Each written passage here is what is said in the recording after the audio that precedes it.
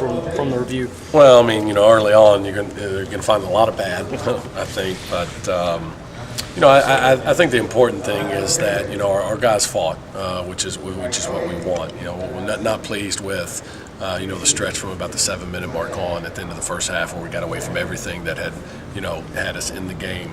And at halftime I had to make a ton of adjustments and change how we were doing some things with our full court pressure and some of our spacing offensively to get us back in it. But to our guys' credit, I think that we fought and competed and did it against a veteran team in a terrific environment. And I think another positive is you look and down the stretch to give ourselves our best chance to win. We went with a lineup we hadn't worked on. It was small. And yet, with 2:14 left on the clock, it's a 2-possession game.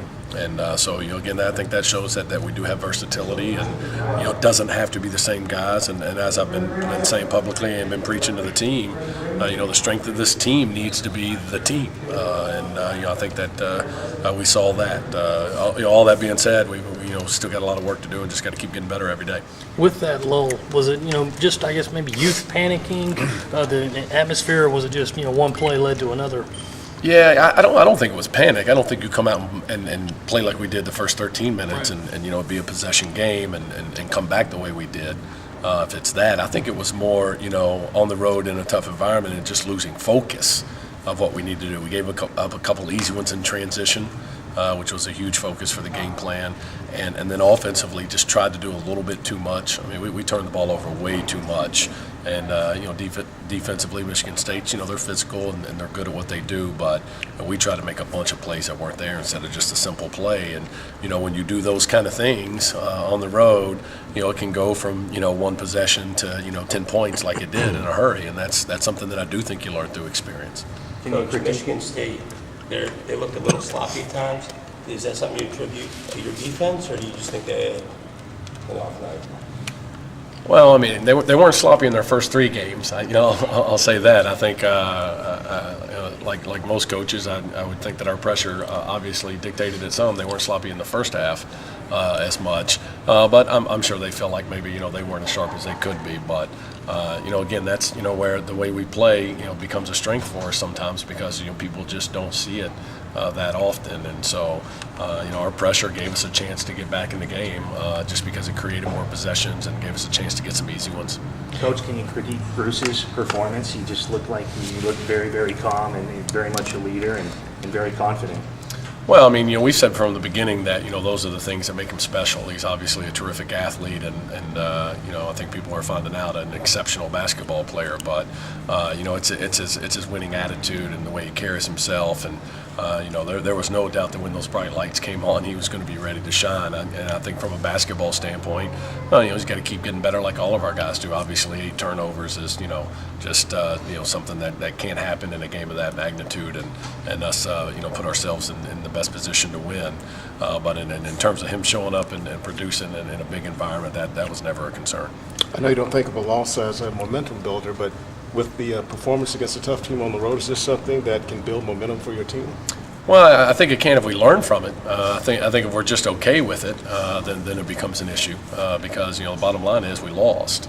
But I think if we can take from it that we went into a tough environment with very little experience and handled adversity and put ourselves back in position where we really were in the game and with the chance to win inside 2 minutes, then I think that that is something that's positive that you can take moving forward. Do you come back and challenge Sam to step it up another level and not one of his best performances? Yeah, well, I think one of the real positives from the game was some of the negatives we had. I mean, you would think going into that game, the 3 guys that, you would think, okay, here's some guys that have kind of been through this a little bit relative to the rest of our team, and Malik has some experience, but not playing with us, would be Sam and Lakeem and Ramon.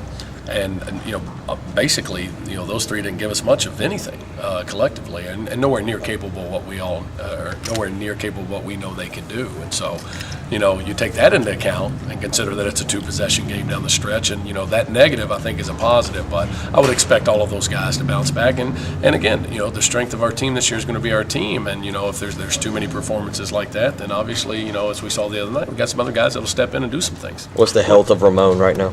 Is he 100%? Has he still got a little ways to go to Well, be? he's physically 100%, but he hadn't played in 6 weeks, and so I think we're continuing to see some rust with him. Yeah. Well, what are you doing to obviously help the kids get over the emotional game for getting ready for Radford? Because obviously they were pretty ramped up, I'm sure.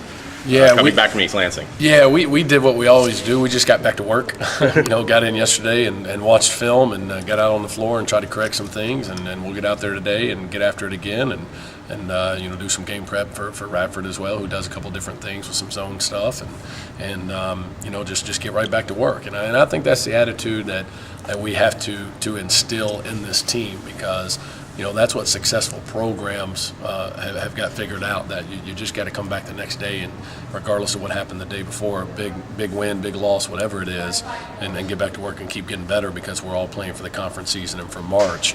And so we're trying to instill that in our guys, and so that's what we did yesterday when we came back. And where did this? The majority of the fan base is excited with, believe it or not, with the loss because of the way you showed up with numbers in the country. So you can't let your guys accept that. How important is that for especially young kids? Well, that's something that we actually talk about, with our team.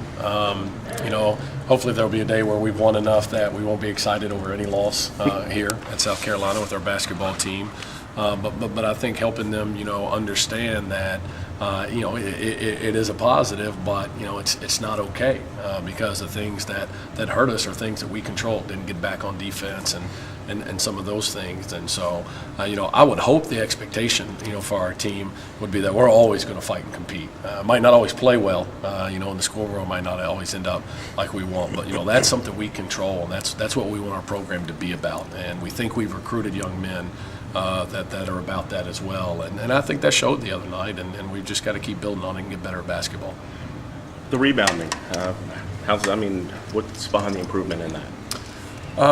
Emphasis, a lot of encouragement on my part, Andy. A lot of back slapping, and, you can do it, guys.